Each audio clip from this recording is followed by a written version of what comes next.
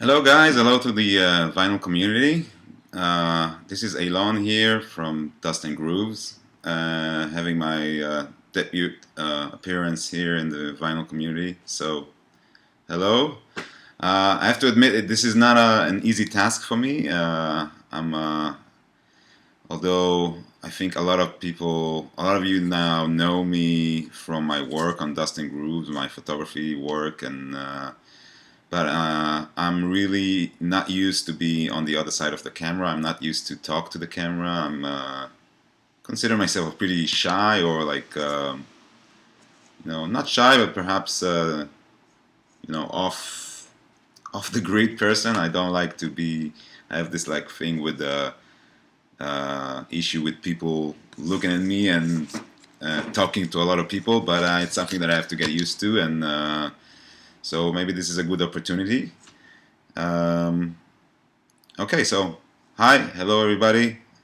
Let's first play some music. I'll play a record and then we'll talk to you a little bit. So, this is a record that I brought back from Israel, which is where I'm from.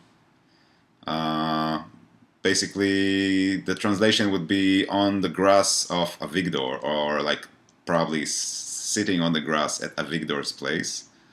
It's by Arik Einstein and Mickey Gabrielov, two famous artists from Israel. Arik Einstein is a really well-known singer. Mickey Gabrielov is a guitar player. They're all super talented. And this album is from 69, if I'm not, no, 71. And let's play a few songs.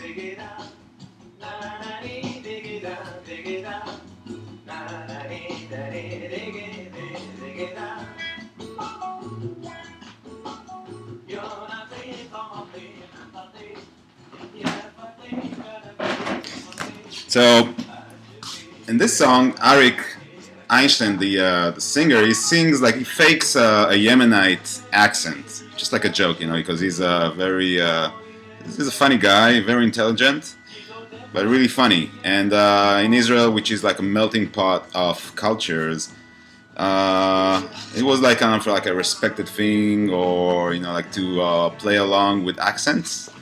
So here, Arik Einstein, who's Ashkenazi, like a European descendant, sings in a Yemenite accent, which is, pretty funny. Let me turn down the volume.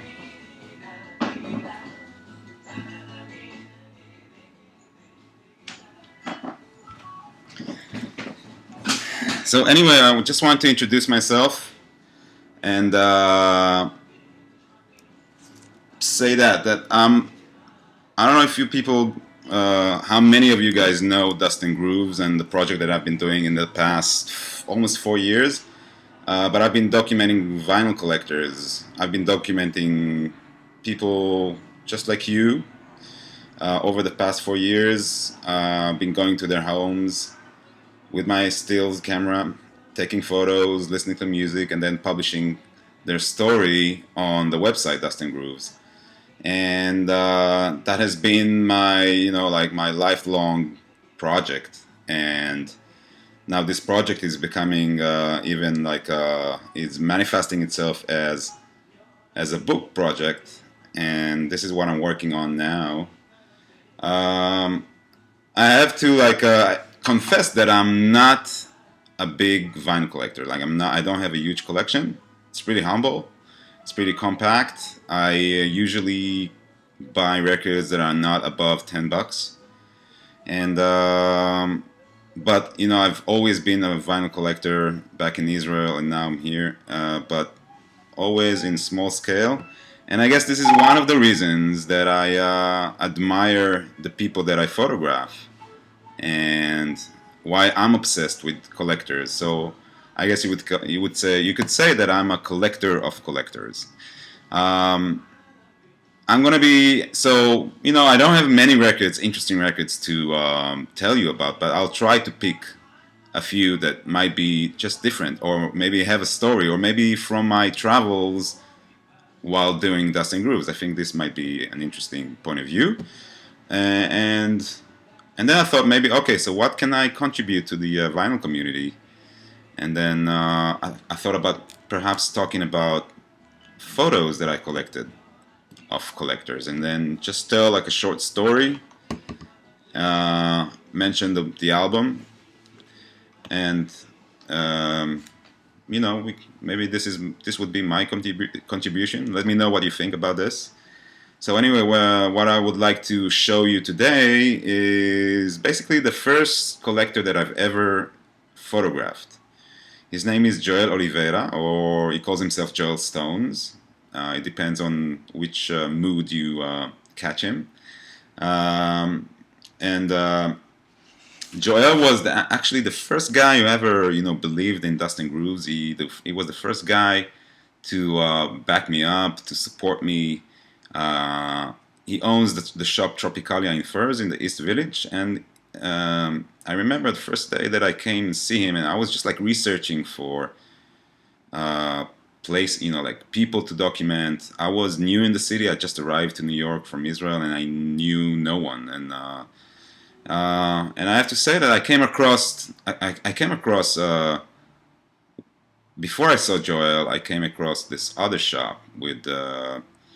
And you know how it could be sometimes in record stores, that record vendors are pretty jaded, introverts. They don't want to share, or don't want to help. And that was my first encounter. And but then I went to see Joel, and he was like something else. His shop was just like colorful. There were always people around there, nice people, friendly. And it has been my like home in the past 4 years. It's just like my family over there. So Joel, here he is. Probably the most photogenic person in the world. And in the back, it's the shop itself. You can see the natural colors of it. And Joel here, this is like 4 years ago, almost 4 years ago. He holds a Turkish 7-inch by Sem Karaka. It's like a psychedelic rock, Turkish rock. And yeah, we'll try to post a link down there if I manage. I don't know, sometimes it just won't let me post links. It will say that there is an error. So yeah. This is Joel, my first actual shot for Dust and Grooves. Yeah, I think this is it. 8 minutes and a half. I think I've spoke quite a bit, more than I'm used to. Thank you very much for listening to me, and some of you met me through me talking about my project, my hassling, and not hassling, but just like promoting my project. And I really appreciate your help, your donations, your pledges to the project, and your understanding. Doing this, like talking to a camera, to talking to other people like this, is not something that I'm really used to. So, but thanks for the patience, and thanks for believing in what I do, because I've seen quite a few pledges from the vinyl community lately, and I guess that was like a good incentive for me to start talking and doing something that I'm pretty much like trying to avoid. But so thank you for that, because this project also helped me handling, like doing stuff that I've never done before. And I think this is a motto in life. If you have a fear, try to conquer it. So here I am doing this. So thank you very much, and I'll see you guys soon, I guess, with some other stuff from the archives. I mean, there is a huge box here, just so you can see, with a lot of photos that I want to tell you stories about. I don't know, does anyone recognize this? Father and son. Really funny records. Anyway, I will talk about this later on, so stay tuned. Of course, remember, this is what I do now. I promote my Kickstarter because I want this project to happen. I want to travel in the US. I want to meet a lot of you guys. I don't want to come up with, statements that I will photograph each one of you, because you know how it is. It's I don't want to say something and then not stand in my for my word. But I will.